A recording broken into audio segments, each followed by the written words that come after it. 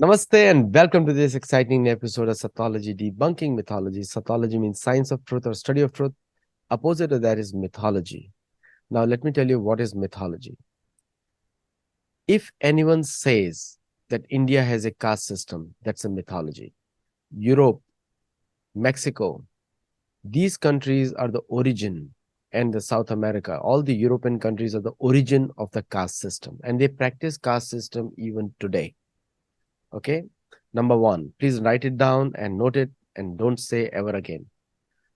The Indian word Varna means category, has nothing to do with caste. So India has a Varna system, which is no higher category. Nobody is higher. Everyone is equal. Sam Siddhir Haritoshanam.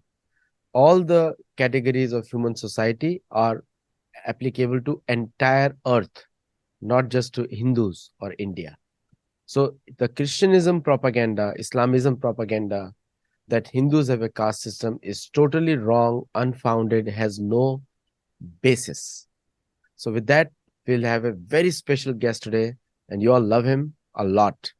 उनका एक video 3,35,000 cross कर चुका है और अभी 3,50,000 पे पहुंचने वाला है हमारे चैनल पे. And it is a record on Sathology channel. We are a very small channel, but the record has broken that even a small channel like Sathology, videos can easily cross 350,000 views. So you know already हम किसके बारे में बात कर रहे हैं. So let us welcome Dr. Shailendra Kumar. और आज का विषय है थाईलैंड तो हमेशा से हिंदू राष्ट्र था. तो अब let us discuss in detail. So welcome Dr. Shailendra ji. नमस्ते. नमस्ते। और आपके सारे विश्व में जो दर्शक बिखरे हुए हैं, सारी इस विश्व में उनको प्रणाम। और भगवान कृष्ण को, जगत गुरु को याद करते हैं, फिर वार्ता आरंभ करते हैं। वसुदेव सुतम देवम कंस चाणूरमर्दनम देवकी परमानंदम कृष्णम वंदे जगत गुरु। आपने विषय का नाम ले ही लिया तो बहुत अच्छी बात है। ये विषय असल में आदित्य जी आया है कि जितनी बार मेरा व्याख्यान हुआ, किसी न किसी ने थाईलैंड का नाम अवश्य लिया और हमसे आग्रह किया कि थाईलैंड पर भी वार्ता होनी चाहिए। और मैं अपने सारे दर्शकों का बड़ा आदर करता हूं, क्योंकि मुझे लगता है ये बड़े ही विद्वान लोग हैं, बुद्धिजीवी हैं, सुधीर श्रोता हैं, तभी इतने मन से सुनते हैं, क्योंकि इसमें कोई मनोरंजन का पुट नहीं है और बौद्धिक वार्ता है ये, जिसमें गहन मनन चिंतन की आवश्यकता होती है। तो मैं मानता हूं कि हमारे जो श्रोता हैं मैं बड़े इसमें ही एक थोड़ा सा ऐड कर दूं. हाँ। बैंकॉक, वंग देश, मतलब इसका पहले वंग देश का पार्ट माना जाता था बैंकॉक. और ब्रह्म वंग देश जो है ऊपर से अगर नॉर्थ से लेंगे, थोड़ा सा हल्का चीन के अंदर घुस के वंग देश पूरा नीचे तक आता था, मलय तक. ये इसका इतिहास है, ये ज्योग्राफिक मैप्स है. और ब्रह्म देश में तो आज भी हम लोग देखते हैं बर्मा में कि कितने सारे ब्रह्मा के मंदिर थे और है, और अभी भी आज भी है. तो एक मेरे को क्वेश्चन मैं पूछूंगा, उसके बाद आप उसको डिटेल में बताइएगा. सभी थाईलैंड के राजाओं का नाम राम से शुरू होता है. राम एक, राम दो, राम तीन. और अयुध्य, अयुध्य अयुध्य मतलब थोड़ा सा अपभ्रंश है अयुध्य का, बट अयुध्य उनकी राजधानी रही है शुरू से, अभी से नहीं है. तो तो बताइए कि ये तो हमारा पौराणिक महाभारत का कनेक्शन है थाईलैंड के साथ. तो इसको बुद्ध बौद्धिक देश कब से बोलना शुरू कर दिया है? तो अब आप बहुत प्लीज अच्छा, बताइए डिटेल में. बहुत बहुत ही सुंदर प्रश्न किया आपने।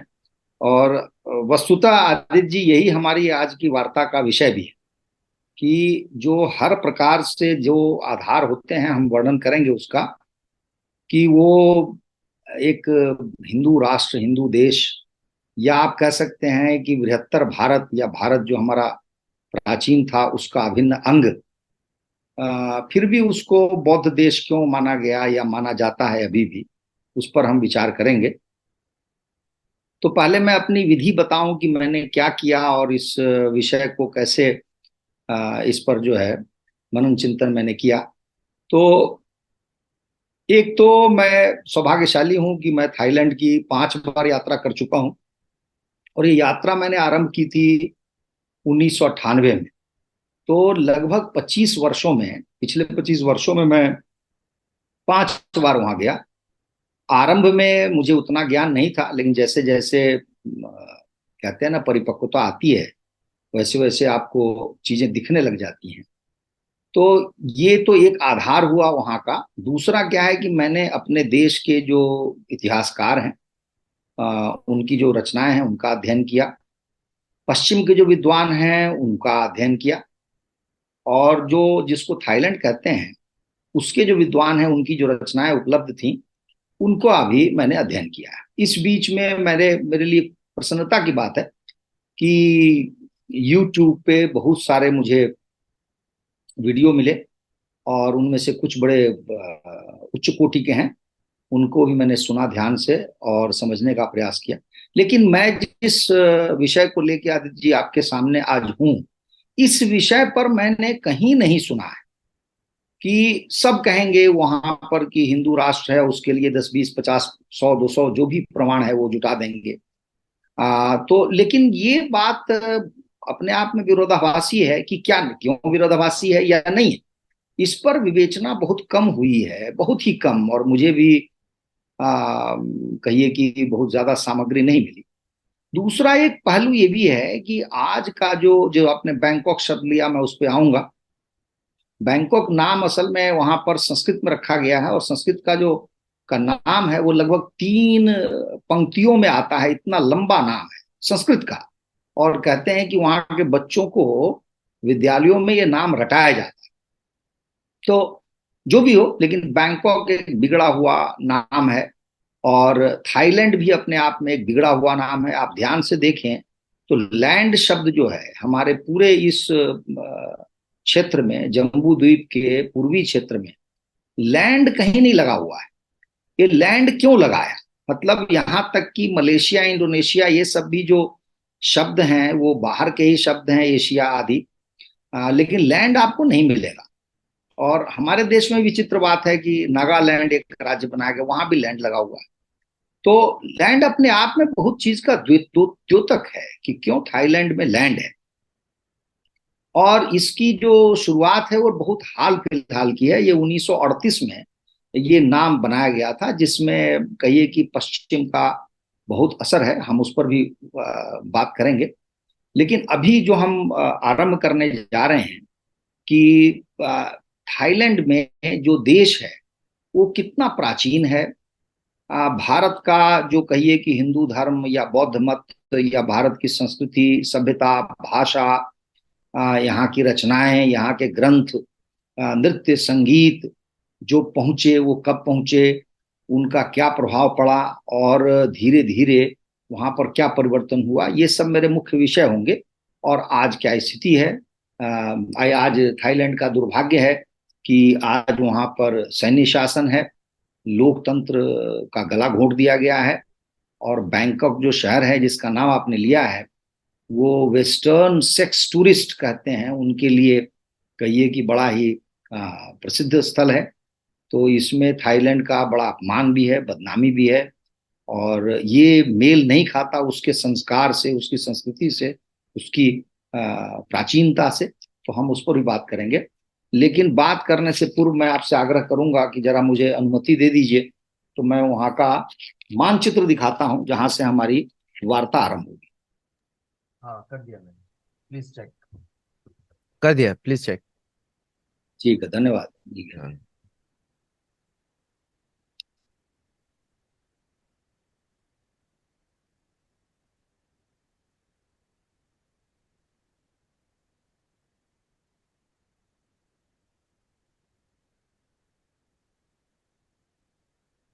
आपको दिख रहा है, बताइए। बिल्कुल क्लियरली दिख रहा है।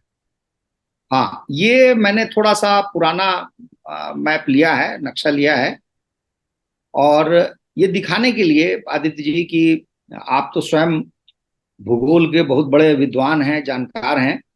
और भूगोल को जिस तरह से आप समझते हैं, मैं समझता हूं कि बड़ा ही महत्वपूर्ण पहलू है वो किसी देश को समझने का। तो वो यहाँ पर बहुत काम आएगा। मैं यहाँ पर पहले ही कुछ बात बताना चाहता हूं कि ये जो आप देश देख रहे हैं, वियतनाम जो चंपा था, इधर उधर जो आप बर्मा देख रहे हैं वो आप जानते हैं ब्रह्म देश है, ब्रह्मा के नाम पर उसका देश बना है। और ये जो थाईलैंड है, इसके 3 शब्द आते हैं जो हमारे लिए बहुत महत्वपूर्ण है। सबसे पहले यहाँ पर जो साम्राज्य बना अपेक्षाकृत छोटा था, उसका नाम था सुखोदय। सुखोदय संस्कृत का शब्द है, और जहां सुख का उदय होता हो, सुखोदय, और उसको सुखोताई बोलते हैं वहां के स्थानीय भाषा में। दूसरा जो साम्राज्य हुआ जिसने 400 वर्षों तक बड़ी लंबा शासनकाल रहा, वो है अयोध्या। अयोध्या जो शब्द है और थाई में जो अयोध्या कहते हैं उसमें कोई अंतर नहीं है, वो बस वहां के अक्षरों का हेर फेर है, और इसलिए वो अयोध्या है यहाँ पर। ये आप देख रहे हैं अयोध्या, और यहाँ पर आप देखेंगे तो और भी बहुत सारे शहर हैं, नगर हैं, जो बिल्कुल भारतीय शब्द हैं, कहिए संस्कृत शब्द हैं। जैसे लोपपुरी, लोपबुरी जो शब्द है इसका मतलब है लवपुरी। ये भगवान राम के बेटे लब के नाम पर है। तो ये जहां जहां आप बुरी देख रहे हो उसको पूरी पढ़िए तो आपको और आनंद आएगा। तो ये लवपुरी है। लवपुरी पहले अच्छा नगर होता था। अब यहां देखिए अयोध्या के थोड़ा सा नीचे दाहिने तरफ देखते हैं तो इसका नाम है प्राचीनपुरी, यानी कि प्राचीन नगर, प्राचीनपुरी। इस प्रकार आप देखिए ध्यान से, इधर भी पुरी लिखा हुआ है, यहां पर कंचनपुरी लिखा हुआ है। इससे अच्छी चीजें क्या हो सकती हैं। यहां पर रक्षापुरी है, ये रक्षापुरी, अब रक्षापुरी हो सकता है। तो इस प्रकार से बहुत ही प्राचीन काल से ये हमारे बृहत्तर भारत का अभिन्न अंग रहा है यह क्षेत्र। लेकिन भौगोलिक रूप से यहां पर कई विचित्रताएं हैं। जैसे आप देखेंगे कि ये जो चंपा, जिसको वियतनाम कहा जाता है, वो अजीबोगरीब ढंग से ऊपर से नीचे आता है, एक पतली सी डंडी है। इस बीच में लाओस घुस गया है, यहां पर कंबोडिया आ गया है, यहां पे बर्मा आ गया। अब इसका एक अजीब प्रभाव इस क्षेत्र पर पड़ा है। और हम यदि नीचे चले जाएं दक्षिण में, तो दक्षिण में देखिए यहां पर क्या है कि ये आपको मलेशिया, और ये जो दक्षिणी हिस्सा है थाईलैंड का, यहां से एक लंबी सी पतली सी पट्टी आ रही है। यहां पर सारे मलय मुसलमान इसके 4 राज्यों में भरे हुए हैं। तो मूलतः जिसको बौद्ध कहा जाता है थाईलैंड का, वो यहां पर है इन सारे क्षेत्रों में, जो पूरे देश में लगभग 93% है। और 5.5% जो मुसलमान हैं वो मुख्यतः इन 4 राज्यों में सिमटे। तो यहां आप देख रहे हैं कि मलेशिया है। अब आपको ये समझ में आएगा कि ये भौगोलिक रूप से आप कह सकते हैं कि ये नैसर्गिक राष्ट्र अपने आप में नहीं हो सकता, नैसर्गिक देश नहीं बन सकता, इनमें से कोई भी नहीं। और यही कारण है कि इनको शासन करने में बहुत ही समस्या आती है। और आज जो थाईलैंड है उसकी समस्याओं पर तो मैं चर्चा करूंगा, लेकिन बगल में जो आप ब्रह्मदेश बर्मा देख रहे हैं, यहां भी लंबे समय से, बीच में थोड़ा समय अगर छोड़ दिया जाए तो लंबे समय से अर्थात दशकों से सैन्य शासन, और ये बहुत ही निर्धन देश है। उसी तरह से लाओस बहुत ही निर्धन देश है, कंबोडिया बहुत ही निर्धन देश है। थाईलैंड इस बीच में थोड़ा समृद्ध हुआ। समृद्धि क्यों आई उस पर भी हम विवेचना करेंगे, बात करेंगे। इधर चंपा, उसकी भी स्थिति अच्छी नहीं है। कुल मिलाकर मैं इसके भौगोलिक कारणों से बताना चाह रहा हूं कि ये सारे बड़े ही कृत्रिम देश हैं जिनको बलात् बनाया गया है, और सब में पश्चिमी जो शक्तियां थी उनका हाथ है। उस पर मैं आऊंगा कि वो कैसे क्या किया उन्होंने। तो ये मैं बताना चाह रहा हूं कि ये भौगोलिक क्षेत्र, इसका, इस पूरे क्षेत्र का भविष्य बहुत उज्जवल नहीं लग रहा है अनेक कारणों से। उनमें एक जो प्रमुख कारण है वो इसका भूगोल है। क्योंकि ये क्या है, ये पूरा क्षेत्र एक देश होता तो अपने आप में सर्वांगीण विकास करता। लेकिन आप देख रहे हैं किसी में कोई घुसा हुआ, किसी में कोई घुसा हुआ। और सबसे विचित्र स्थिति क्या हुई, ये जो थाईलैंड है, जो क्षेत्रफल में इतना बड़ा दिख रहा है आपको, इसकी आज की जनसंख्या लगभग 7 करोड़, लेकिन 7 करोड़ लोगों में से 1 करोड़ से ज्यादा लोग केवल एक शहर में रहते हैं जिसका नाम बैंकॉक। अब ये ऐसी विचित्र स्थिति है कि आप समझिए कि गणना की जाए इस अनुपात की बैंकॉक और पूरे थाईलैंड की, तो मैंने एक हिसाब किताब किया है कि 7 करोड़ में यदि 1 करोड़ एक शहर में, अब दूसरा जो नंबर 2 का शहर होता है उसमें आदित्य जी उसकी जो जनसंख्या है वह है मात्र 4 लाख, अर्थात 25 गुना अधिक समझिए उस छोटे नगर से बड़ा है बैंकॉक। यह ऐसी स्थिति शायद ही संसार में किसी देश में हो जहां सबसे बड़े शहर के बाद दूसरे शहर के बीच का अनुपात ऐसा हो। तात्पर्य है कि इतने बड़े क्षेत्र में बहुत ही कम लोग रहते हैं, ये बिखरे हुए हैं, और सारी की सारी चीजें जो है बैंकॉक में, विश्वविद्यालय बैंकॉक में है, देश की राजधानी बैंकॉक है, अधिकतर मंदिर बैंकॉक में है, तो जितने संस्थान है वो बैंकॉक में है, दुनिया की जो मल्टीनेशनल कंपनीज हैं वो भी बैंकॉक में है। और इसका एक परिणाम क्या होता है? परिणाम ये होता है कि जो भी छोटा मोटा दल हो, चाहे वो कहिए कि सैन्य दल हो या हमारे आपके जैसे लोग हों, कोई भी यदि चाहे तो पूरे बैंकॉक शहर को जाम कर सकता है, रोक सकता है, और इस बैंकॉक शहर को कहिए कि फिरौती पे ले सकता है। इसीलिए संसार भर के जितने देश हैं, और बहुत कम लोगों ने इस बात पर ध्यान दिया है कि थाईलैंड अकेला देश है जिसमें पिछले 80 वर्षों में, कुछ विद्वानों ने गणना की है तो वो बताते हैं 13 बार यहां पर तख्ता पलट हो चुका है। 13 बार। कुछ विद्वान कह रहे थे नहीं 21 बार, कुछ लोग कहते हैं उससे भी अधिक, क्योंकि तख्ता पलट का प्रयास और उसका सफल होना वो भी एक बात है, लेकिन प्रयास होते रहते वो महत्वपूर्ण है हमारे लिए जानने की। तो ये बैंकॉक शहर के कारण और यहां पर इतनी बड़ी जनसंख्या के कारण, और उससे ही बड़ी बात एक और है, संसार के शायद ही किसी शहर में एक वर्ष में 2 करोड़ 28 लाख लोग बैंकॉक आते हैं।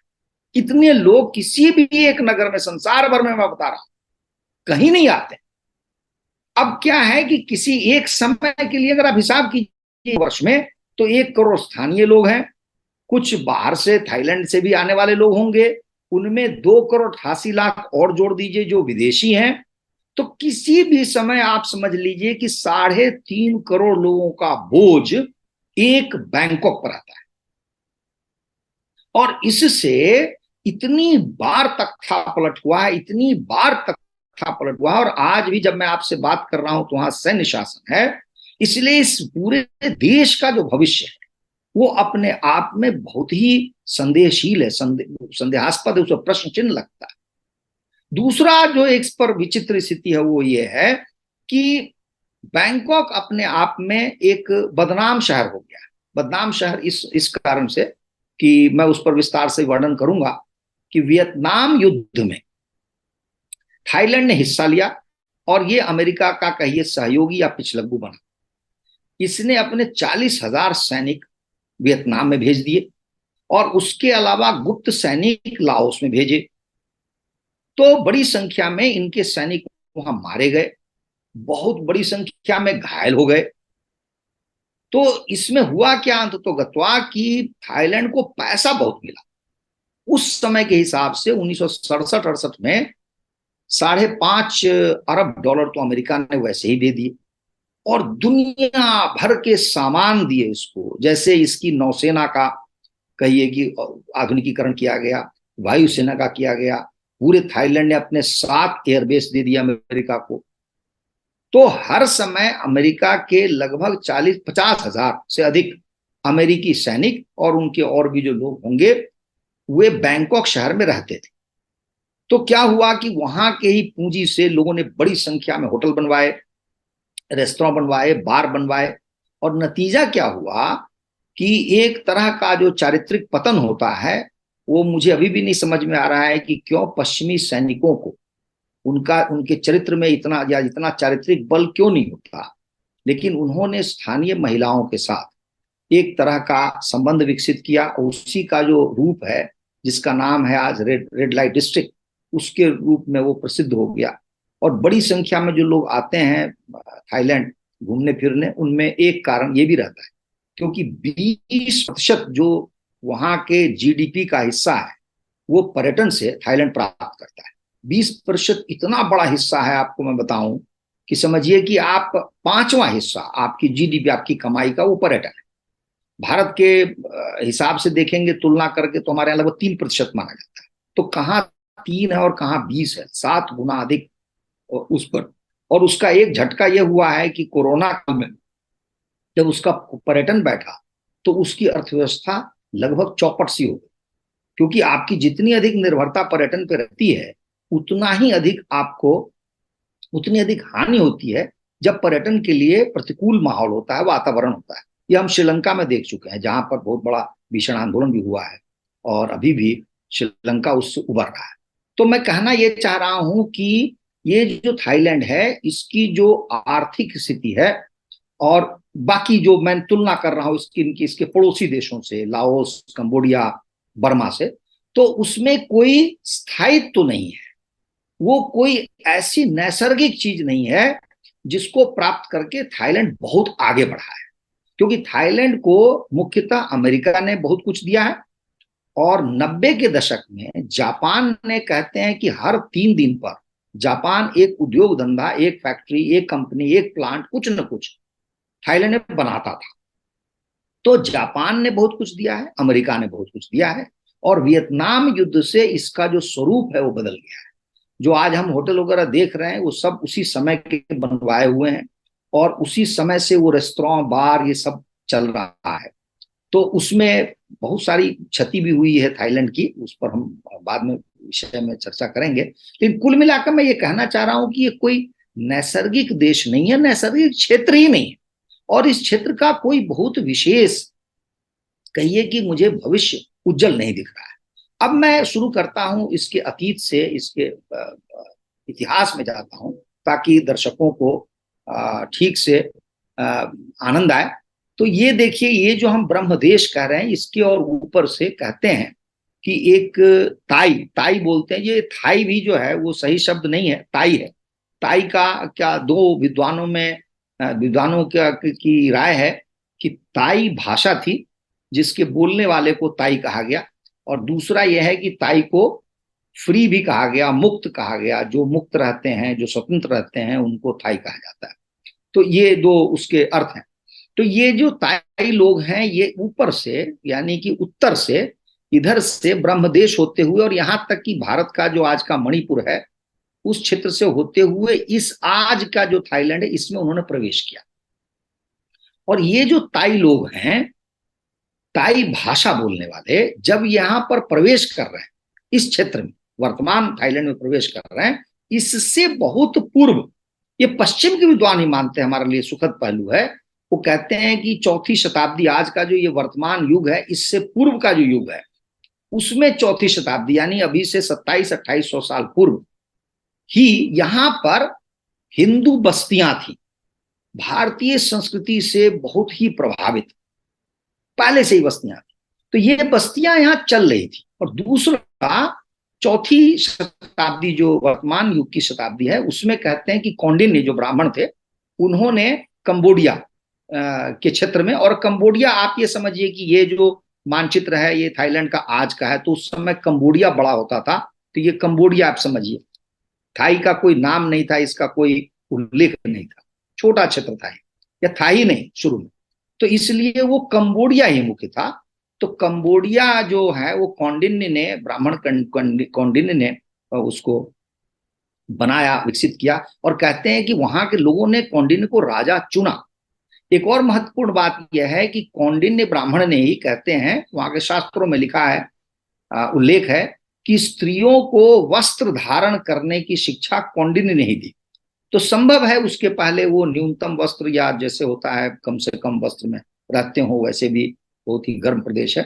तो ये कौंडिन्य राजा वहां के राजा बनाए गए, और वहां से वहां हिंदू राष्ट्र आरंभ होता है कंबोडिया में। और ये सारा कंबोडिया ही है उस समय, जिसको बाद में आप खमेर नाम कहते हैं। और दूसरा जो हिंदू राजा है वो है मोन, और ये मोन जो है ये ब्रह्मदेश के क्षेत्र में लोग रहते हैं।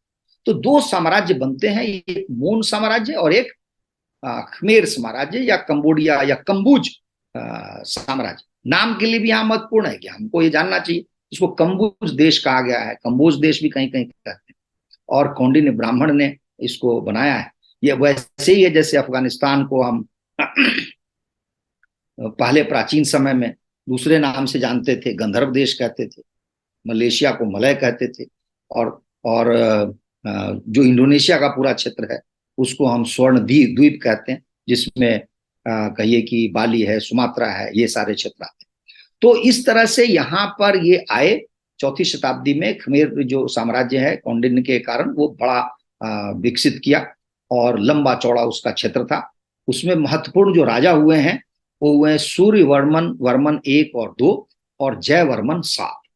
ये 3 राजा प्रमुख थे जिन्होंने इस क्षेत्र पर कहिए कि शासन किया है। और यहाँ उस समय पूरी तरह 100% कह लीजिए कि हिंदू धर्म या भारतीय रीति, भारतीय पद्धति, भारतीय शास्त्र सबका अनुकरण अनुसरण हो रहा था, बहुत ही व्यापक रूप में, बहुत ही व्यापक।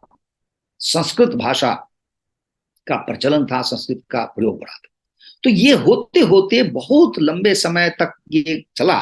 उसके बाद में कहते हैं कि 11वीं 12वीं शताब्दी में एक साम्राज्य जो मुख्यतः ताई लोगों द्वारा आरंभ हुआ, उस साम्राज्य का नाम था सुखोदय। अंग्रेजी में जो लिखते हैं उसको सुखोताई बोलते हैं, लेकिन वो है सुखोदय साम्राज्य। सुख का जहां उदय होता है वो सुखोदय साम्राज्य है।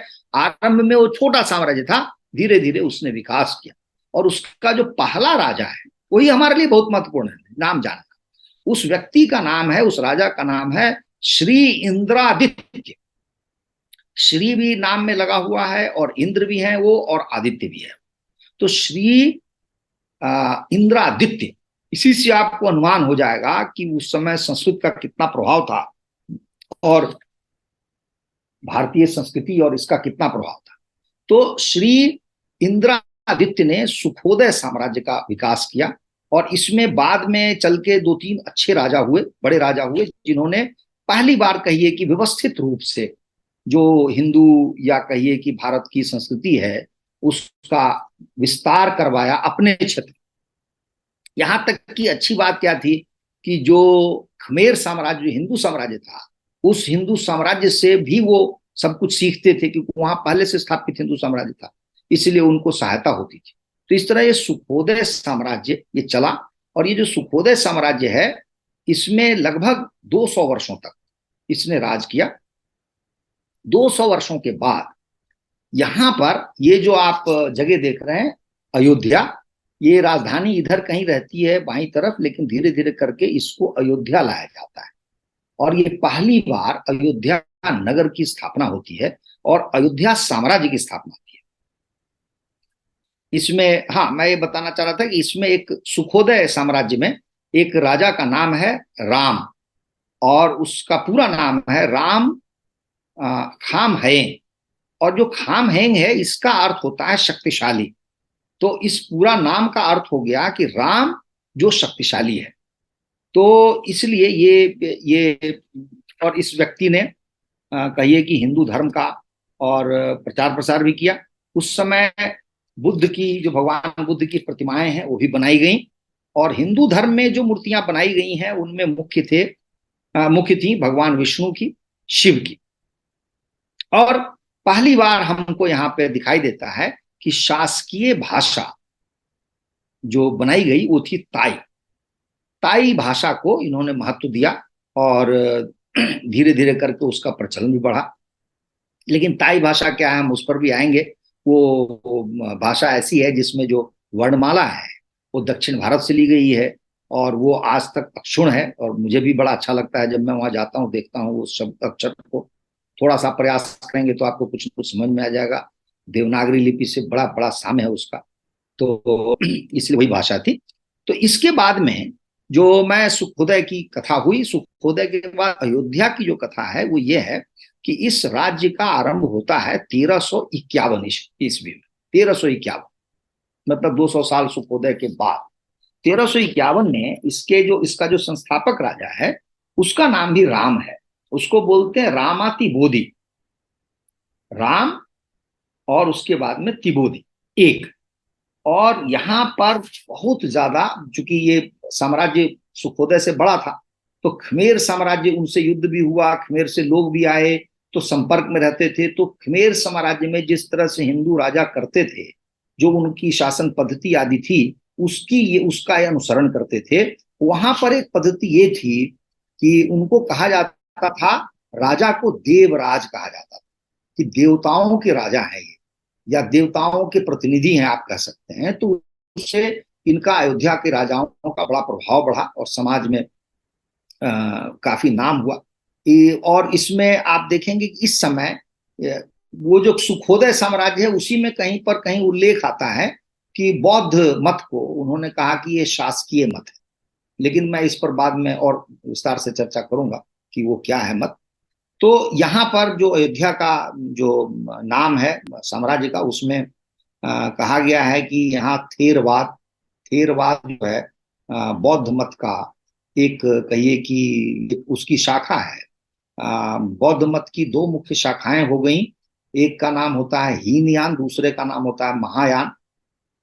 हमारे जो बुद्धिजीवी दर्शक हैं उनको ज्ञान होगा कि महायान का मतलब हो गया बहुत बड़ा वाहन। बहुत बड़े वाहन का मतलब क्या होगा कि कोई भी उसमें बैठ सकता है और वैतरणी पार कर सकता है।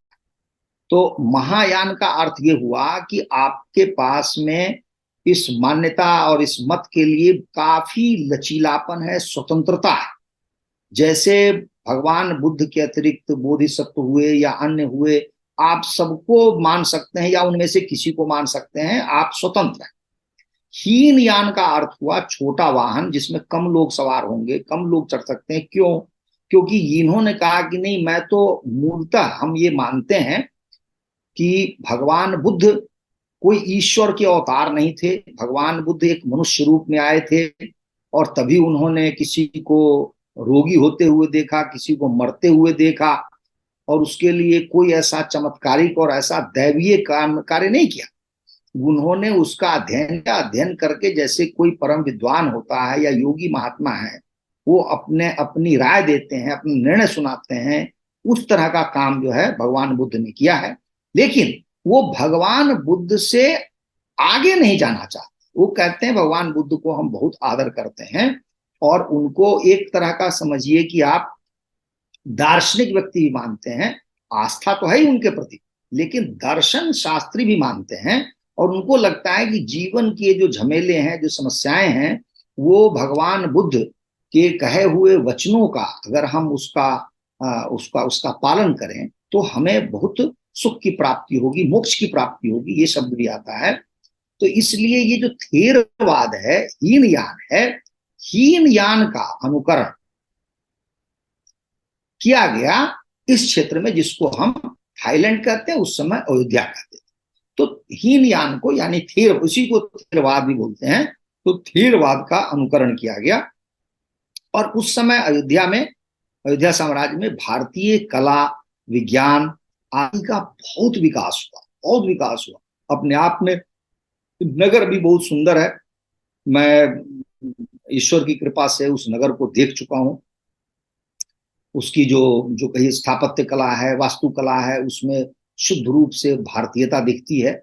और आपको लगेगा नहीं कि ये यहाँ का है, आपको लगेगा कि भारत का ही कोई नगर होगा या भारत के ही शिल्पकारों ने, वास्तुकारों ने, स्थापत्यकारों ने इनको इसका निर्माण किया होगा। जबकि मैंने हिसाब किताब किया है तो मुझे लगा है कि हमारी अयोध्या से थाईलैंड की जो अयोध्या है उसकी दूरी 3500 किलोमीटर से अधिक है। और आप तो भूगोल को के जानकार हैं, आप दिखाते हैं कि कैसे हमारे यहाँ के लोग साइबेरिया चले थे, उधर पश्चिम में कहाँ कहाँ तक चले गए थे, अर्जुन, भीम, नकुल, सहदेव सब गए। तो इसलिए ये भी अपने आप में बहुत ही गौरव की बात है हमारे देश के लिए, हमारे संस्कृति के लिए, कि ऐसा हमारा विस्तार हुआ कि 3500 किलोमीटर अधिक दूरी पर एक दूसरी अयोध्या नगरी बसाई गई। तो ये जो अयोध्या का ये चलता रहा। लेकिन 1569 ईस्वी में कहते हैं कि इस अयोध्या पर ब्रह्मदेश की तरफ से, आज का जो बर्मा है उसकी तरफ से बड़ा प्रचंड प्रहार हुआ, आक्रमण हुआ। और इस आक्रमण में जो है बहुत लोग मारे गए। लेकिन अभी अयोध्या साम्राज्य बिखरा नहीं।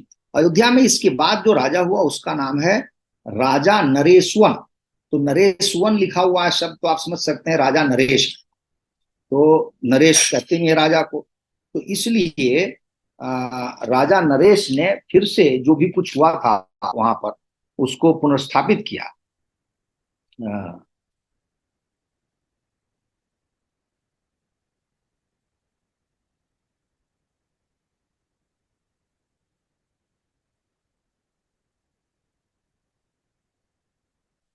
हाँ, तो इसलिए राजा नरेश ने ये इसने शासन किया 1590 से 1605 तक।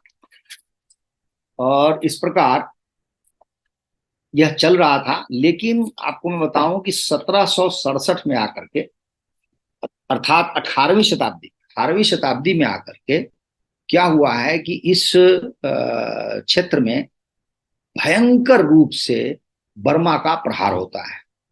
और इस समय बर्मा का जो राजा है वो बहुत ही अपने आप को शक्तिशाली राजा मानता है, और इसने जो है महीनों अयोध्या साम्राज्य को कहिए कि तीतर बितर कर दिया, विध्वंस कर दिया। वहां के जो कहिए कि भवन थे उनको भी तोड़ दिया, बड़ी संख्या में यहाँ से लोगों को उठाकर बंदी बनाकर चले गए। तो बड़ा तहस नहस किया उस व्यक्ति ने। तो इस प्रकार से कहिए कि 18वीं शताब्दी के अंत के पास या उससे थोड़ा पहले अयोध्या साम्राज्य का अंत हो गया। इसके बाद इस बीच में कुछ घटनाएं बताना आवश्यक है, क्योंकि उससे ये जो समय का की जो गति है उसका अनुमान हमें होगा। वो यह है कि इस बीच में आप जानते ही हैं कि हमारे भारतवर्ष में गोवा एक क्षेत्र है जिस पर आक्रमण हुआ पुर्तगालियों का, और गोवा पर उन्होंने अधिकार कर लिया। ये 1510 की बात है। तो ठीक एक वर्ष बाद पुर्तगाल जो है इतना शक्तिशाली यहाँ पर हो गया था कि आप देखिए कि ये जो मलक्का है इधर और मलेशिया है, इसको ये जीत चुका पुर्तगाल। और उसके बाद 1511 में वो यहाँ पर जो अयोध्या राजा है उसके पास पहुंचा, और पुर्तगाल को व्यापार करने की अनुमति दी गई। और उसके बाद धीरे धीरे करके पुर्तगाल इससे जुड़ गया। और पुर्तगाल क्या देता था, ये व्यापार में यहाँ से तो खाद्य सामग्री आदि बहुत सारी चीज आती थी, और पुर्तगाल इनको हथियार देता था। उस समय ये जो लोग हैं क्रिश्चियन देश हैं, उनका यही धंधा था। वो जापान को भी बांटने चले गए, बेचने चले गए, इधर भी बेचने चले गए, सबको ही अपना ये वही हथियार बेचते थे। तो इसके बाद में धीरे धीरे 1612 में ये भी रोचक चीज है कि हमारे यहाँ ईस्ट इंडिया कंपनी बनी है और आई है, और उसके तुरंत बाद ये अयोध्या साम्राज्य में भी कंपनी चली गई। तो इधर इन्होंने ब्रिटेन को भी, जो ईस्ट इंडिया कंपनी है उसको भी थोड़ा अधिकार दे दिया व्यापार करने का। उसके बाद फ्रांस आ गया, और फ्रांस जो आया तो उसने भी अधिकार मांगा। और फ्रांस के लिए क्या था कि आप जानते हैं कि ये जो कंबोडिया, वियतनाम और ये जो क्षेत्र है लाओस, इसको फ्रांस ने जीत लिया था। और ये अभी 20वीं शताब्दी के मध्य तक ये पूरा का पूरा फ्रांस का शासन था इसके ऊपर। तो अब एक बाद में बड़ी अजीबोगरीब स्थिति उत्पन्न हो गई कि ये इधर का जो क्षेत्र है ये बर्मा देख रहे हैं, यहाँ तक ब्रिटेन है, ये ईस्ट इंडिया कंपनी है, बाद में तो ब्रिटेन है, और इधर जो है फ्रांस है। और ये पूरे फ्रांस और ब्रिटेन के बीच में समझिए कि 32 दांतों के बीच में एक थाईलैंड देश बचता है। तो थाईलैंड ने बड़े ही कूटनीतिक ढंग से और तरह तरह से, कई बार तो ये क्या करते थे कि कभी फ्रांस और ग्रेट ब्रिटेन को आपस में लड़वाते थे। ये चाहते थे किसी तरह से कि हम उपनिवेश न बने, हम इनकी कॉलोनी न बने, हमारे ऊपर शासन न हो। तो ये प्रयास जो है थाईलैंड का चलता रहा लंबे समय तक। उसमें अंत में क्या हुआ मैं उस पर आऊंगा, लेकिन उससे पहले मैं ये बताना चाहता हूं कि ये जो पूरा का पूरा क्षेत्र है, इस क्षेत्र में हमारी जो भारत से जो संपर्क संबंध रहा है वो कितना गहरा रहा है।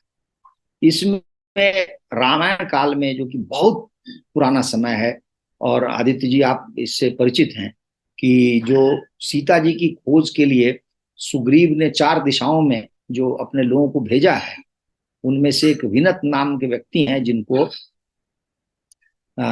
सुग्रीव भेजते हैं पूर्व दिशा में। और पूर्व दिशा का जो वर्णन है, वहां पर क्या क्या उनको मिला है, वो बहुत कुछ इस क्षेत्र से मिलता है। तो इसका अर्थ है कि वहां वो व्यक्ति गया था। उसके बाद में जो हमारे महाराज भीमसेन है, महाराज महाभारत के काल में, तो दुर्योधन महाराज के राजसूय यज्ञ के समय वो जाते हैं पूर्व दिशा में, तो वो भी जो वर्णन करते हैं वो उस वर्णन से ये चीजें मिलती है। तो इसके बाद मैं इस मानचित्र को हटाता हूं, क्योंकि उससे अब अच्छा होगा कि हम सीधे तौर पे बात करेंगे। तो अब क्या होता है, अब होता यह है कि ये कहिए कि आपका जो वर्तमान युग है वो आरंभ होता है। और थाईलैंड की स्थिति क्या है कि थाईलैंड को जो पुर्तगाली हैं, कहा जाता है कि पुर्तगालियों ने ही इस पूरे क्षेत्र का नाम श्याम दिया था थाईलैंड का। अब देखिए क्या क्या नाम मैं बता रहा हूं आपको। पहला नाम हो गया सुखोदय, दूसरा नाम हो गया अयोध्या, तीसरा नाम आ गया श्याम। श्याम को पुर्तगालियों को भी ये समझ थी, और लोगों ने भी, विद्वानों ने लिखा है, ये संस्कृत का श्याम शब्द है जिसका अपभ्रंश श्याम बना दिया गया, और ये शब्द चल पड़ा। ये श्याम देश है, और देखिए कितना सुंदर वो पूरा क्षेत्र बनता है। ब्रह्म देश है, उसके नीचे श्याम देश है, उसके नीचे मलय देश है, उसके नीचे स्वर्ण द्वीप द्वीप है, उसके दाहिनी तरफ जो है आपको कंबुज देश है, उसके आगे चंपा देश। ये हमारे मूल नाम है संस्कृत के, जो अभी भी सारे आपको शास्त्रों में जो भी कागज हैं उनमें आपको मिल जाएंगे। और मेरी तो प्रार्थना है सारे विद्वानों से कि इन्हीं शब्दों को वो चलाएं, आगे बढ़ाएं। थाईलैंड जो है उस शब्द पर मैं आता हूं, ये 1938 में क्या हुआ है कि 20 के दशक में ही जब वहां पर राजा का राज चल रहा था, तो एक व्यक्ति है, उसका नाम है फिबुन। फिबुन नाम का जो व्यक्ति है वो एक पार्टी बनाता है, और पार्टी बना के आंदोलन आरंभ करता है। धीरे धीरे करके उसने तख्ता पलट कर दिया, और उसने जो है राजा को हटा दिया 1932। और राजा को हटाने के बाद वो राज करना शुरू करता है, और वहां पर संविधान बनने की बात होती है, वहां पे चुनाव भी होता है। और ये बड़े गौरव की बात है थाईलैंड के लिए कि वो शायद अपने इस क्षेत्र में पहला देश बन रहा था जहां संवैधानिक आधार पर राजतंत्र तो था, लेकिन उसको कहिए कि संवैधानिक आधार पर राजतंत्र था, और चुनाव होकर के लोग आ रहे थे जो शासन करने वाले थे। लेकिन ये कुछ चला नहीं, और बाद में जो है वो फिर उनको भी हटना पड़ा, और वो सिस्टम, वो जो तंत्र है वो बहुत आगे नहीं बढ़ पाया। तो मैं यहाँ कहना ये चाह रहा हूँ कि ये जो 1938 की बात, 1938 में यह व्यक्ति जो फिबुन है वो इस पूरे देश का नाम रखता है थाईलैंड। अब थाईलैंड से अभिप्राय क्या है? थाईलैंड से अभिप्राय ये है कि ताई जाति के जो लोग हैं, यानी ताई भाषा भाषी जो हैं, उनके नाम पर जो भूमि है वो ताई भूमि हो गई या थाईलैंड। मेरा कहना यह है कि किसी भी देश के नाम के लिए जो वहां के लोग हैं या एक प्रकार के लोग हैं, उन पर नाम रखना मैं समझता हूं बहुत ही, कहिए कि अनुचित नामकरण की व्यवस्था है। जैसे उदाहरण के रूप में आप इंग्लैंड में हैं, तो वहां वो इंग्लिश भाषा पहले बनी, उसके बाद वो इंग्लिश लोग बने। तो इसका तात्पर्य हुआ कि इंग्लिश एक जाति है, एक प्रकार के लोग हैं। लेकिन आज वहां भारतीय भी रह रहे हैं, तो वो भारतीय अपने आप को कैसे मान लेंगे कि वो इंग्लिश है? क्योंकि वो तो इंग्लिश हो नहीं सकते। वैसे ही आप जर्मनी में चले जाइए, तो जिन लोगों ने जर्मन के नाम पर बनाया, जर्मन एक जाति है, उस तरह डच एक जाति है, या फ्रेंच एक जाति है। लेकिन आज फ्रांस में तो मैं समझ रहा हूँ 50-100 देशों के लोग वहां रह रहे हैं। तो जो बाकी हैं, यानी कि जो अफ्रेंच हैं, जो फ्रेंच नहीं है, वो कभी भी उस देश को अपना देश कैसे माने? इसीलिए मैं कभी कभी बड़ा ही गौरव होता है मुझे इस बात पर सोच के कि भारतवर्ष जो नाम रखा है, और जिसमें उस शब्द का अर्थ है कि ज्ञान में रत रहने वाला या ज्ञान की खोज में रत रहने वाला एक भूखंड, जो भारतवर्ष, यह नाम बहुत ही सुंदर है। तो मैं ये मानता हूं कि जो ताई जाति के लोग थे, उनका कहिए कि एक हिसाब से गौरवगान करने के लिए वहां के फिबून शासक ने, जो कि बाद में निरंकुश शासक बना, तानाशाह बना, तो उसने ये रखा, जो कि मुझे लगता है बिल्कुल ही अनुचित है। फिर भी मैं ये मानता हूं कि हमें कौन रोक रहा है श्याम कहने से? हम आपसे अपनी बातचीत में श्याम कहेंगे, हम अपनी बातचीत में श्याम कहते रहेंगे, लेखन में करते रहेंगे, चंपा करते रहेंगे। यही चीन करता है। चीन अपने शब्दों को नहीं छोड़ता, इसीलिए चीन जो है जो शब्द को पकड़ लेता है उसको प्रचलित कर देता है, और हम में इतनी सामर्थ्य है कि हम चाहें तो उसको प्रचलित। अब मैं आता हूं मूल विषय पर, और उसी से मैं आगे बढ़ूंगा कि ये देश है क्या। जैसे मैंने दिखाया रामायण काल से लेके अभी थोड़े दिन पहले तक कि वहां पर हिंदू धर्म का व्यापक प्रभाव था। इसमें कोई दो मत नहीं कि बौद्ध मत भी था, बौद्ध मत का भी प्रभाव था। और संयोगवश हिंदू धर्म और जो बौद्ध मत है, या हिंदू धर्म से निकला हुआ ही मत है, महात्मा बुद्ध संसार के किसी और भूखंड में जन्म ही नहीं ले सकते थे। उनका जन्म जो हुआ इस भारत भूमि पर हुआ, और वो शुद्ध रूप से सनातनी थे। सनातनी ज्ञान से ही उन्होंने अपने आप को अनुप्राणित किया था। कोई दूसरा उनके पास में स्रोत नहीं था जो कहीं जापान से आया हो, या इंग्लैंड से आया हो, या अमेरिका से आया हो। हाँ, दुर्भाग्य से आज ये प्रयास अवश्य हो रहा है कि मार्क्स को भी, लेनिन को भी, स्टालिन को भी, माओ को भी, सबको जो है बौद्ध पर थोपा जा रहा है हमारे देश में विशेष।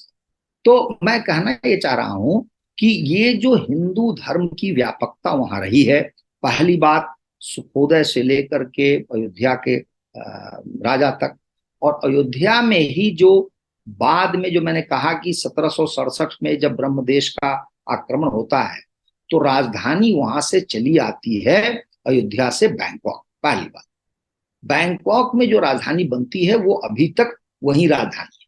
और जब बैंकॉक में जो शासक होता है, राजा बनता है, और कहिए कि एक वंश की स्थापना होती है, राजवंश की स्थापना होती है, उसका नाम है चक्री वंश। और आप देखेंगे कि उस राजा के माथे के पीछे एक चक्र है जो सुदर्शन चक्र से मिलता जुलता है। चक्र शब्द भी संस्कृत का है। तो वो जो चक्री वंश उन्होंने अपने आप को कहा उन राजाओं ने, उनकी वो स्थापना करते हैं। और अपने सभी राजा निरपवाद रूप से, आज जो राजा राज कर रहा है वो 10वां राम है। हर राजा अपने आप को राम कहता है। राम एक, राम दो, ऐसे करते करते राम 10। इसमें विशेष उल्लेखनीय जो राम है वो है 9वां, जिस व्यक्ति का नाम था अतुल्य तेज, भूमि बोल अतुल्य तेज राम। तो ये जो राजा राम 9 थे सज्जन, इन्होंने 70 वर्षों तक राजा के रूप में कार्य किया है, जो संसार का अभी तक का सबसे लंबा काल है किसी भी राजा के। तो वो दीर्घजीवी रहे। अभी 2017 में उनकी मृत्यु। अब आप देखिए क्या है कि ये जो, और पीछे चले जाए अयोध्या के समय, तो जो राजा था एक राजा ही था, उसका भी नाम राम था। उसने जो राजमहल बनवाया, नहीं ये बैंकों की बात कर रहा हूं, चक्री वंश में जो राजा है, उस राजा ने जो राजमहल बनाया, उस राजमहल में, राजभवन में कहिए कि रामायण को भित्ति चित्र बना करके प्रदर्शित किया। रामायण ग्रंथ को आज इस श्याम देश में राष्ट्रीय ग्रंथ का, कहिए कि राष्ट्रीय ग्रंथ की उपाधि मिली हुई है। इतना महत्वपूर्ण ग्रंथ रामायण है, और रामायण के जो चित्रों में प्रदर्शित किया गया। दूसरी बात, रामायण जो है स्थानीय भाषा में लिखी गई, और उस लिखी हुई रामायण में जो भगवान राम हैं उनका नाम है राम कियेन। राम कियेन शब्द वहां पर अधिक चलता है श्याम देश में। राम कियेन का तात्पर्य क्या है? राम की कीर्ति। जैसे आप देखते रामायण या रामचरितमानस, ये जो नाम है आप समझ लीजिए सीधा सीधा इसी तरह का नाम है वो। राम कियेन का मतलब हो गया राम की कीर्ति या राम की महिमा। और चक्रवर्ष ये मानता था कि भगवान राम की महिमा से ही हमारा शासन चलता है। और नाम देखिए कि अयोध्या की स्थापना उन्होंने की इसीलिए की कि वो मानते थे कि भगवान राम की कृपा से हमारा काम चल रहा है, हम उनके ही जैसे सब कुछ कराएंगे। इसीलिए उन्होंने अयोध्या नगरी की स्थापना की, अपने आप को राम कहा। और सबसे विशेष उल्लेखनीय बात यह है जो अभी तक चल रही है, जो 2017 में जो भूमि बोल अतुल्य तेज राजा की मृत्यु के बाद हुआ, वो यह था कि गोरखपुर से ब्राह्मण गए उनका राज्याभिषेक करने। गोरखपुर से ब्राह्मण वहां जाते रहे, ये उसकी परंपरा में है, इसीलिए अभी भी बुलाया गया। यह हिंदू रीति से राज्याभिषेक। तो आप ये समझिए कि वहां पर जो मुख्य नगर है उसका नाम अयोध्या है, जो राजा है वो राम है, उसका जो राज्याभिषेक है वो वैदिक रीति से हो रहा है। तो उस देश के अधिकांश लोगों को, 93% लोगों को हम बौद्ध कैसे कहेंगे? रामायण की महत्ता मैंने बता ही दी कि रामायण भी बहुत महत्वपूर्ण पुस्तक है, उसका आदर होता है।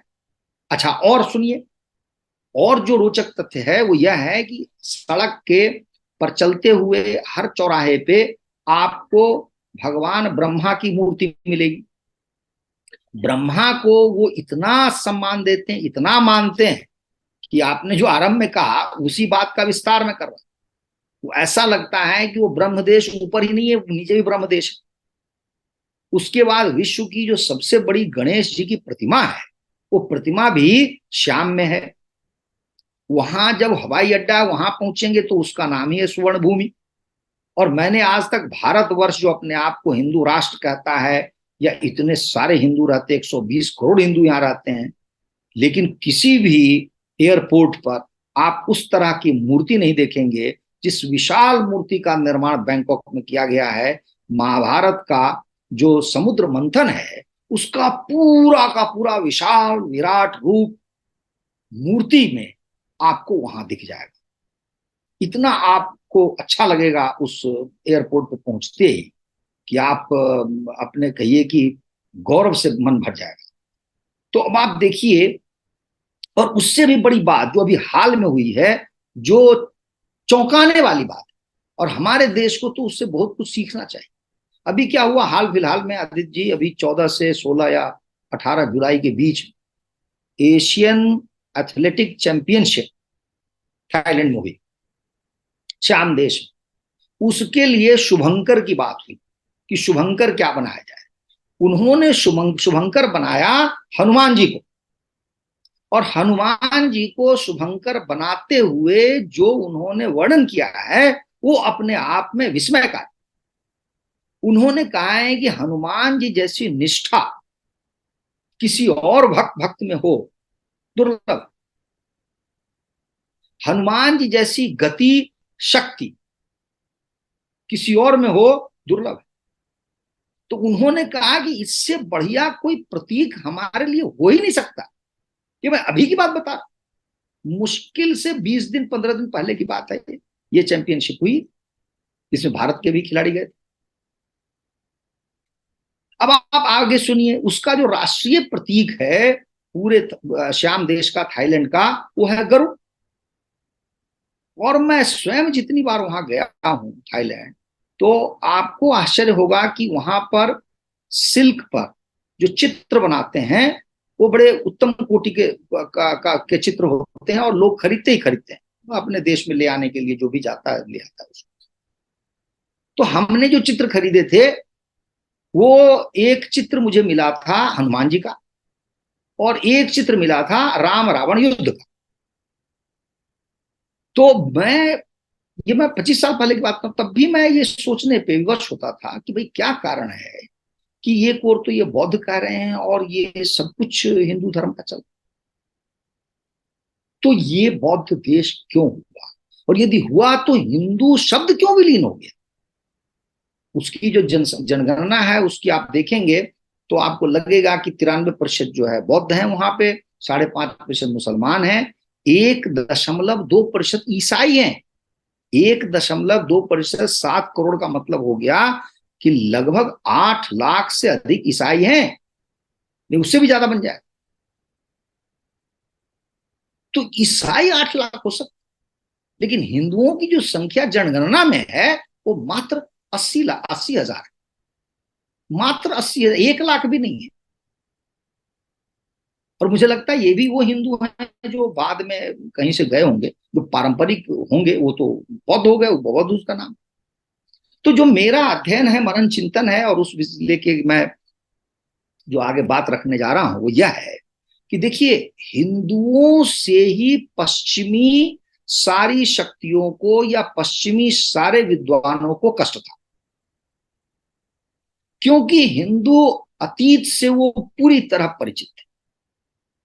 उनको पता था कि ये जो हिंदू साम्राज्य राज्य रहा है, जिसको चक्रवर्ती सम्राट कहा जाता है, वो सारे विश्व पे शासन कर चुका है। उनको जब वो आए तो उनको मालूम था कि चंपा में क्या मिल रहा है, इधर अफगानिस्तान में क्या मिल रहा है, वो सब उनको ज्ञान था। इसलिए वो भारतवर्ष कहिए या हिंदू जो नाम है या हिंदू संस्कृति है, उससे भयभीत थे। और इसीलिए अंततोगत्वा इस देश का एक हिसाब से कहीं विभाजन भी कराया गया कि ताकि ये कमजोर हो जाए। कभी भी आप किसी पश्चिमी लेखक में ये साहस नहीं देखते हैं कि यदि हिंदू धर्म के लिए कुछ ढूंढा हो, हमारे देश में खोजा हो, किसी ग्रंथ को पढ़ा हो, उसके लिए कोई बहुत प्रशंसनीय टिप्पणी की, ये उसमें साहस नहीं है। लेकिन अचानक ये जो बौद्ध मत है, ये क्यों महत्वपूर्ण हो जाता है, बौद्ध मत का गुणगान क्यों होता है? तो इसके दो प्रमुख कारण हैं। एक तो कारण यह है कि उन्होंने भगवान बुद्ध को अपने ईसा मसीह, जो एक जीसस है, जो कभी जीसस नाम का व्यक्ति हुआ नहीं लेकिन जो भी चर्च ने गढ़ा, उससे वो नैकट्य स्थापित करना चाहता है। और इस नैकट्य में चाहता है कि ईसाई राज हो, उसके लिए उसको सहूलियत हो जाए कि भाई हम भी आपके जैसे हैं, एक कारण। दूसरा कारण क्या है कि इससे हिंदू का विभाजन, क्योंकि प्राचीन काल में या आज से 200-250 वर्ष पहले कहीं भी किसी ग्रंथ में कहीं पर यह नहीं स्पष्ट मिलेगा आपको कि बौद्ध मत हिंदू धर्म से अलग है। हमारे देश में बाहर भी, हमारे यहाँ भी मूर्तियां समान रूप से बनाई गई हैं, सबने सम्मान किया है। और कहीं मैंने ये शास्त्र में लिखा हुआ नहीं देखा है कि एक राजा यदि अपने आप को बौद्ध कहता भी है तो क्या आज की तरह वो लिखता है कि मैंने हिंदू धर्म का परित्याग कर दिया? क्या सम्राट अशोक ने कभी ये लिखा है कि मैंने इसका परित्याग कर दिया, इसको छोड़ दिया? क्योंकि ये उस व्यक्ति के लिए अकल्पनीय है। बौद्ध मत कोई अलग से चीज नहीं थी। ये जो अलगाव है, पृथकतावाद है, ये जो छिद्रान्वेषण है, ये पश्चिमी ईसाई चिंतन का परिणाम। ईसाई चिंतन कभी किसी चीज को जोड़ता नहीं है, ना आज तक जोड़ा है। देश तोड़ना, समाज तोड़ना, संस्कृति तोड़ना, सभ्यता तोड़ना, तोड़ना तोड़ना तोड़ना। क्यों? क्योंकि जुड़ा रहेगा तो वो स्वयं खत्म हो जाएगा, उसमें अभी अपनी कोई आंतरिक शक्ति नहीं। इसलिए ये सारी की सारी चीजें बनावटी है। ये बौद्ध जो देश आप देख रहे हैं, ये सब बनावटी नाम है। ये सारे के सारे हिंदू नाम हैं, होने चाहिए हिंदू ही थे। और मैं एक टिप्पणी करना चाहता हूं उस पर कि यहां मैं जब अध्ययन करता हूं तो मुझे मिलता है कि ये जो राजा हुए हैं अयोध्या के, सुखोदय के, उस समय में न्याय व्यवस्था आरंभ हो रही थी, तो न्याय व्यवस्था पर उन्होंने बड़ा चिंतन किया। न्याय व्यवस्था पे चिंतन करते हुए उन्होंने क्या पाया? उन्होंने ये निकाला कि न्याय व्यवस्था हमें कहां से मिलेगी। उन्होंने सारा हिंदू धर्मशास्त्र को पढ़ा और उसका नाम जैसे हम धर्मशास्त्र कहते हैं वैसे धर्मशास्त्र का। मैं इस चीज को जब सोचता हूं तो मैं ये प्रश्न उठाता हूं अपने मन में, और राज्याभिषेक के लिए भी, कि क्यों आज श्याम देश का जो राजा है वो राज्याभिषेक वैदिक रीति से कराएगा, वैदिक विधि से कराएगा? क्योंकि राज करना, शासन करना, यह केवल हिंदू धर्म और हिंदू धर्मशास्त्र सिखाता है। 50 होंगे या 100 पुस्तकें होंगी हमारे पास, हम गिनती नहीं कर सकते, जिनको सूत्र और स्मृति आदि नाम दिया गया है, जिनसे आप शासन कर सकते हैं। महाभारत से उत्तम उदाहरण, रामायण से उत्तम उदाहरण आपको शासन का नहीं मिलेगा। भगवान बुद्ध राजकुमार अवश्य थे, लेकिन उन्होंने राज नहीं किया था, और राज का छोड़ के एक भक्त बन गए, सन्यासी बन गए, योगी बन गए, जो भी आप शब्द, बहुत उच्च कोटि के थे, अच्छे थे, लेकिन शासन का तो अनुभव नहीं था। तो बौद्ध साहित्य क्या लिखे, कैसे शासन किया, युद्ध कैसे किया जाए, ये जो वियतनाम युद्ध है, आदित्य जी, इस पर बहुत विवेचना हुई थी थाईलैंड के अंदर कि क्या हमें युद्ध में भाग लेना चाहिए, नहीं लेना चाहिए। उनको ये लगा कि बौद्ध देश के नाम पर हमें ये माना ही नहीं जाता है कि हम लड़ भी सकते हैं, हमारी सेना योद्धा है। तो इसको सिद्ध करने के लिए भी उनके पूरे शरीर पर प्रतीक वगैरह लगाए जाते थे और बड़े ढोल नगाड़े के साथ इसका प्रचार किया गया कि बौद्ध लोग लड़ने जा रहे हैं। बौद्ध सैनिक नाम दिया गया, बौद्ध सैनिक कहा गया, क्योंकि उनको सिद्ध करना। हिंदू धर्म शास्त्र कुछ सिद्ध नहीं करना है। राज व्यवस्था, शासन व्यवस्था, दंड व्यवस्था, न्याय व्यवस्था, ये सारे इसके अभिन्न अंग हैं। इसीलिए राजा का राज्याभिषेक कैसे होगा, ये बौद्ध साहित्य कैसे बताएगा। तो मैं मानता हूं भारत में कोई राजा ऐसा नहीं हुआ जिसने कहा मैं बौद्ध हो गया। अरे बौद्ध हो गया, ऐसा क्या अर्थ हो गया। आप कुछ बातें उनकी मानते हैं, कुछ बातें उनकी सुनते हैं, तो हम भी अपने जीवन में 500 लोगों की बातें मानते हैं। पहली बात तो धर्म शाश्वत है, धर्म जो है वो सनातनी धर्म है, वही वही सत्य है, कोई और धर्म हो ही नहीं सकता, और व्यक्ति धर्म का निर्माण कर ही नहीं सकता। ये तो ईसाइयों ने हमारे ऊपर डाल दिया कि जैसे जीसस ने किया है, जैसे मोहम्मद ने किया। व्यक्ति धर्म का निर्माण नहीं कर सकता। धर्म नैसर्गिक चीज है, मनुस्मृति में उसकी परिभाषा है, अनेक प्रकार की परिभाषा है। आप चोरी न करें, आप क्रोध न करें, ये सारी चीजें हैं। ये शाश्वत चीजें नहीं है क्या। ये किसी ने कहा है 1982 में कि हाँ चोरी नहीं करो तो अच्छा अच्छा काम है, शाश्वत सत्य है। तो इसलिए मैं मानता हूं कि ये बौद्ध का एक पूरा का पूरा धंधा चलाया पश्चिमी साहित्य ने, पश्चिम के कहिए कि ईसाइयों ने, और हर चीज का नाम बर्बाद किया। इसीलिए यदि चंपा होता तो आपको मैं बता रहा हूं यूरोप में ये जो तथाकथित ईसाई विद्वान है उनकी नींद हराम हो जाती। इसीलिए वहां से शुरू करके उन्होंने सबको कंपूचिया किया, उसको वियतनाम, उसको कंपूचिया, इसको इसको इसको थाईलैंड करवा, इसको बर्मा करवा दिया, जो बाद में म्यांमार हो गया। तो मैं ये मानता हूं मेरा जो जो अध्ययन है, जो मेरा चिंतन है, वो ये कहता है कि ये सारे के सारे देश आज भी शुद्ध रूप से हिंदू क्षेत्र है। और इसको बौद्ध कहने का परिणाम क्या हुआ, मैं उस पर आता हूं। परिणाम देखिए, जो बौद्ध बौद्ध देश जिनको कहा जाता है, और जो पश्चिम के जो अर्थशास्त्री या जो आंकड़े देखते हैं या आंकड़े बेचने का काम करते हैं, उनकी गणना देखिए। वो कहते हैं कि भविष्य में 50 करोड़ बौद्ध हैं। तो ये भी लिखते हैं कि इनमें से बहुत सारे ऐसे हैं जो नाम के बौद्ध हैं, बस कहते हैं कि मैं कुछ करता नहीं, बस हूं। लेकिन अब आप देखिए, इन पर ध्यान दीजिए कि बौद्ध के जो धर्म के बड़े बड़े देश हैं वो कौन से हैं। तो सबसे बड़ा देश ये आपका चीन कहा जाता है, जहां 24 करोड़ बताए जाते हैं 50 करोड़ में से। मैं उस पर कोई टिप्पणी नहीं करना चाहता, कि चीन के अंदर की कोई बात मुझे मालूम नहीं है कि वो कैसे बौद्ध है, क्या उनका आचरण है।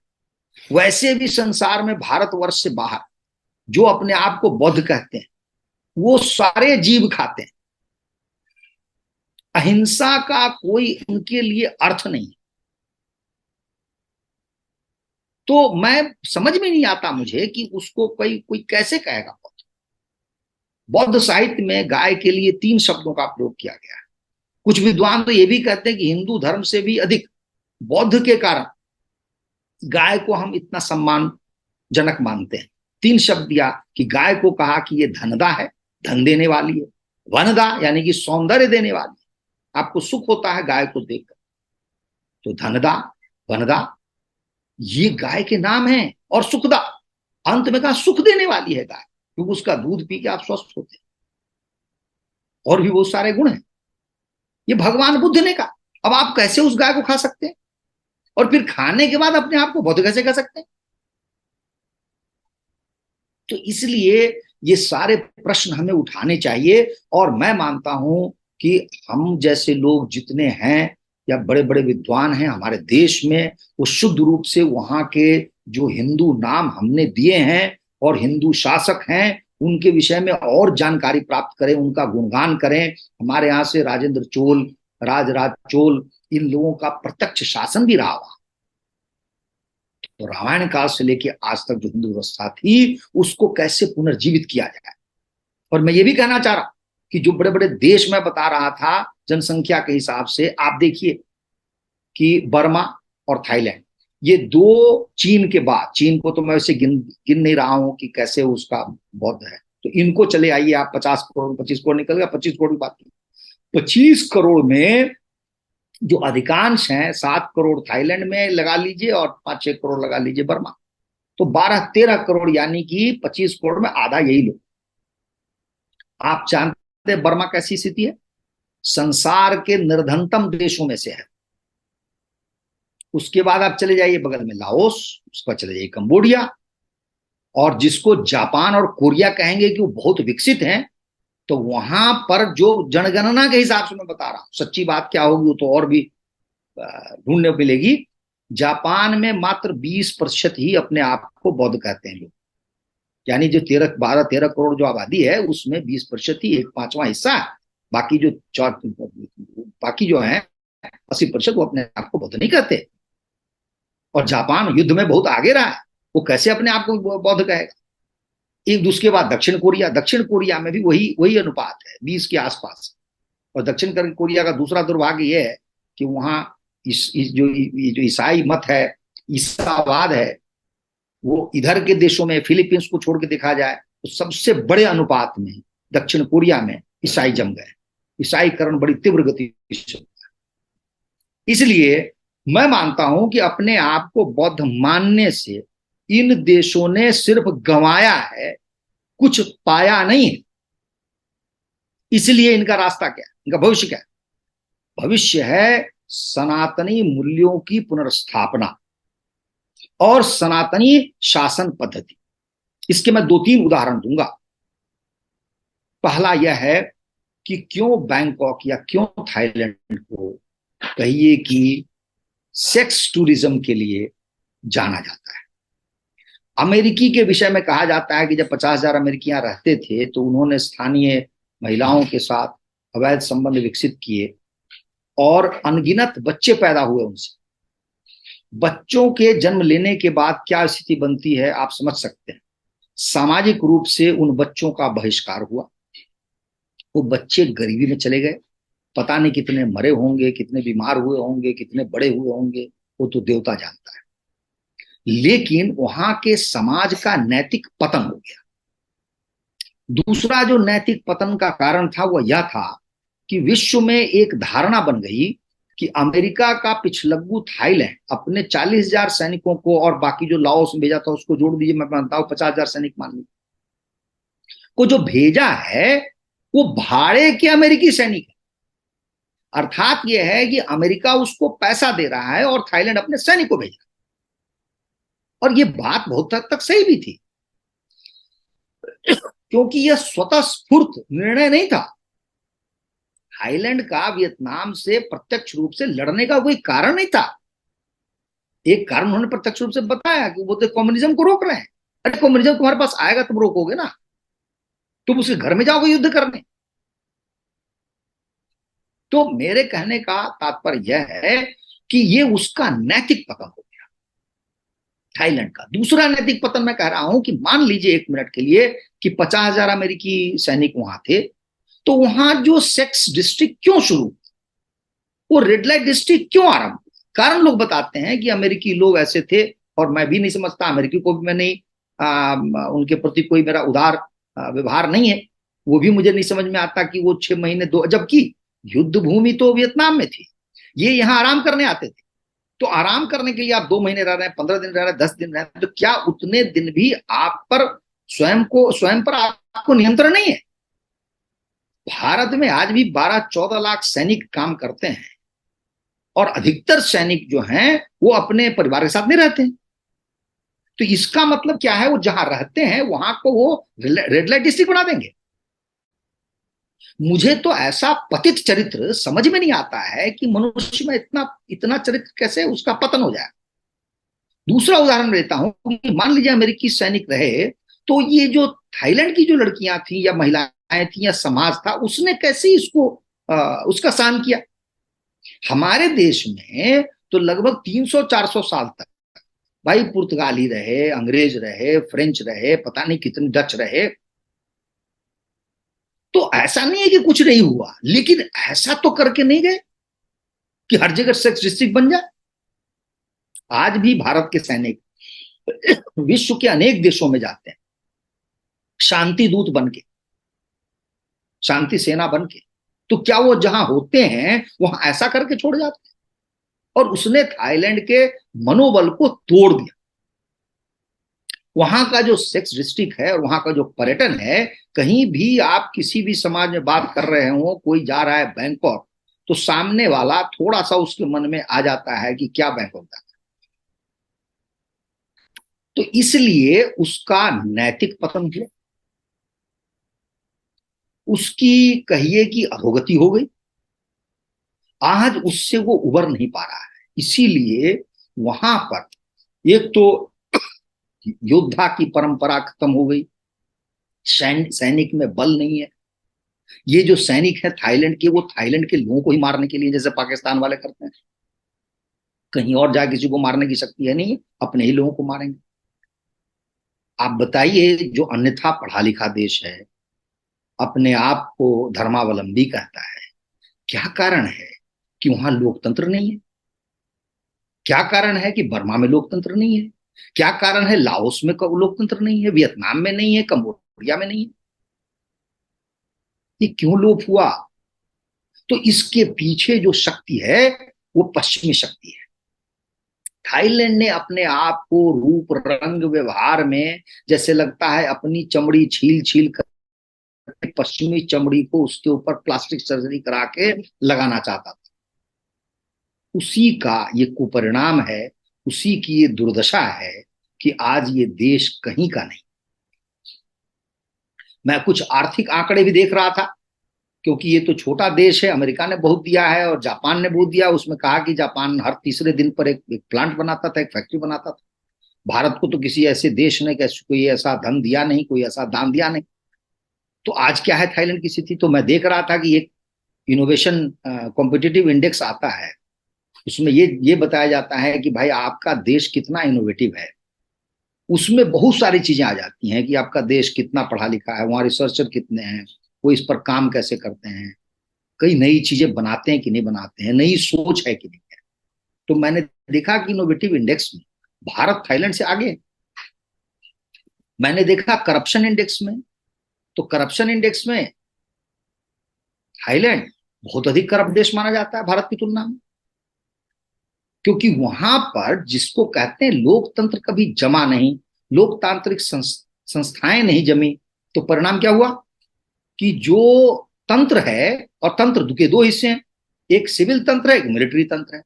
तो इन दोनों से जो मिलता है उसी का बिजनेस चलता है। तो क्या हुआ, उसका परिणाम क्या है? एफिशिएंसी लो, प्रोडक्टिविटी लो।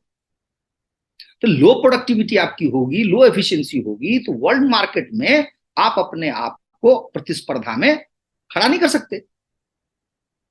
तो आप घूम फिर करके आ गए कि टूरिज्म हो जाए और धान की खेती हो जाए। धान की खेती वहां परंपरा से बड़ी अच्छी होती रही है। तो और कोई विशेष काम किया नहीं। देश इतना विशाल है नहीं भारत जैसे, चीन जैसे, कि आप आंतरिक ही सब कुछ कर लें, बहुत पैसा आप कमा सकते हैं, वो भी नहीं है। और सबसे बड़ा कारण क्या है? राजनीतिक अस्थिरता। थाईलैंड जैसा अस्थिर देश, बर्मा जैसा अस्थिर देश, कोई क्यों वहां पूंजी लगाएगा? पाकिस्तान जैसा अस्थिर देश। इसलिए मैं ये मानता हूं कि इसमें भारतवर्ष का बहुत बड़ा योगदान होगा भविष्य में, कि वह अपने ही पूर्व देशों को देखे। मुझे दुख होता है यह देख के कि भारतवर्ष मुखर क्यों नहीं है। जब आप थाईलैंड पढ़ेंगे या कोई और देश पढ़ेंगे तो हमेशा आप चीन, जापान, अमेरिका की बात आ जाएगी। भारत कुछ भी क्यों नहीं करता?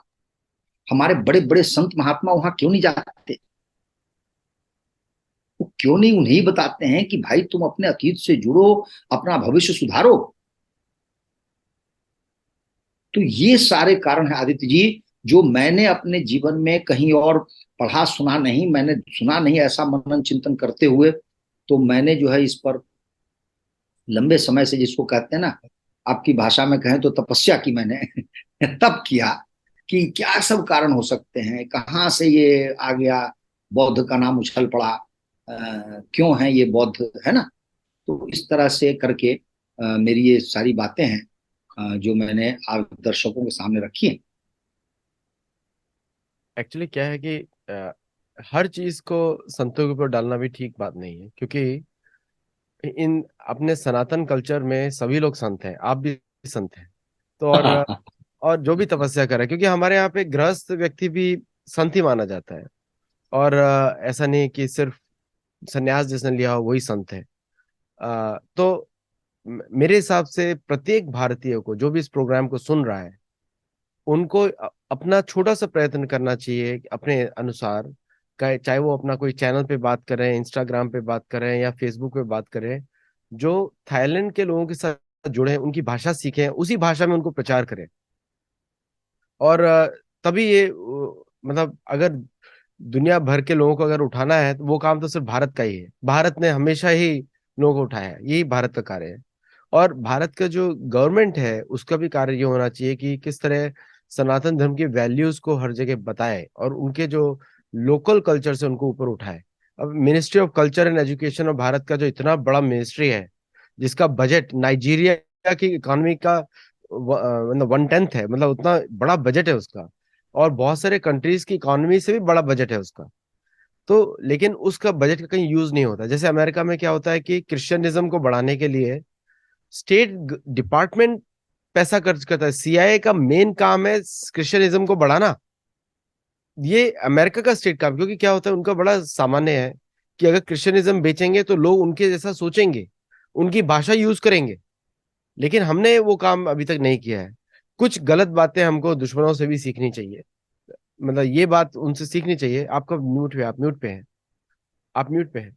तो जब आप जब ये सीखते हैं बहुत तो अच्छी बात कर रहे हैं, बहुत अच्छी बात कर रहे हैं। गांधी जी ने भी कहा था, ये हम्म, बात गांधी जी ने भी कही थी कि भाई अंग्रेजों में बहुत कुछ ऐसी बातें हैं जो देखो समझो, है ना। वो तो बात सही है, दुश्मन को कैसे तोड़ना फोड़ना है ये सब भी सीखिए आप। हाँ बिल्कुल। अभी आपको अगर अगर आपको सनातन धर्म का प्रचार करना है तो पादरियों के वेश में हिंदू घुस जाए, पहने हाँ चूंगा पादरियों का लेकिन पढ़ाए हिंदू। जैसे मेरी हाँ हाँ पुस्तक है the Hindu Bible, Hindu Bible बड़ी पॉपुलर है अमेरिका में। हिंदुओं ने बहुत अपोज किया था, अभी अमेरिकन ही पढ़ रहे हैं बाइबल के नाम पे, लेकिन पढ़ तो भगवत गीता ही रहे हैं। तो द हम्म, पॉइंट इज कि हम लोगों को भी अपना दिमाग लगाना चाहिए, हिंदुओं को। और जो भारत में लोग, क्रिश्चियन लोग जो साधु संतों का चोंगा पहनते हैं, क्यों सनातन धर्मी क्यों नहीं पहनते हैं क्रिश्चियन चोंगा? प्रचार करें उनके बीच में जाके, घुसे सही उनके अंदर। बात है। क्योंकि ये सब हम्म, कार्य हमको करना ही पड़ेगा और ये गवर्नमेंट का काम नहीं है। क्योंकि हम्म, गवर्नमेंट तो आजकल वोट से बनती है, ये हम्म, काम सिटीजन्स का है। अगर हम्म, 1 बिलियन हिंदू प्रचार पे लग जाए, और हिंदुओं का तो इतना भयंकर फिलॉसफी है कि कोई दुनिया में मना ही नहीं कर पाएगा। गीता का सही एक बात। श्लोक पे भगवान तो स्वयं बोलते हैं, सर्व धर्मान परित्यज्य माम एकम शरणम व्रज। और 18वें चैप्टर में वापस बोलते हैं, इसी यही भी 18वें चैप्टर में, फिर उसके बाद और भी बोलते हैं। उसके बाद बोलते हैं जो मेरे बारे में दूसरों को बताता है, जो दूसरे भक्तों को बताता है, भक्त तो पूरे दुनिया में है, सारे नेटिव ही भक्त हैं, उनके बारे में बताइए, उनको जाके बताइए। ऐसा अगर हम लोग ट्राई करें तो निश्चित ही थाईलैंड भी हिंदूमय हो जाएगा वापस। क्योंकि बौद्ध धर्म की आयु क्रिश्चियनिज्म जितनी ही है, उससे ज्यादा नहीं है। तो बहुत बहुत धन्यवाद आपका शैलेंद्र जी, पूरा आपने हिला के रख दिया इस शो में सबको। और 3,500 लाइव व्यूज, वो भी अमेरिका में। तो it's a very important message. और लोग जुड़े, हम लोग के साथ जुड़े, सेथोलॉजी के साथ जुड़े, शैलेंद्र जी से पर्सनल गाइडेंस भी लें। वो तो भारत में ही है, मैं अमेरिका में हूँ। अगर अमेरिका में आप जुड़ेंगे तो मेरे से पर्सनली बात कर सकते हैं। आजकल तो भारतीय लोगों के भी बहुत फोन आते हैं भारत से। So thank you very much for supporting psephology and also becoming a member. मुझे मालूम है आप बहुत सारे लोग आज मेंबर बने हैं एक साथ। तो आप सबका बहुत बहुत धन्यवाद। और अगले शो तक के लिए वेट करेंगे, एक और एक्सप्लोजिव वीडियो आएगा शैलेंद्र जी का। आई थिंक ये तो जाएगा 4.5 लाख। तो आप लोग इसको रिकॉर्ड तोड़ने की मदद करिए कि थाईलैंड भी हिंदू राष्ट्र बनने वाला है। नमस्ते एंड धन्यवाद।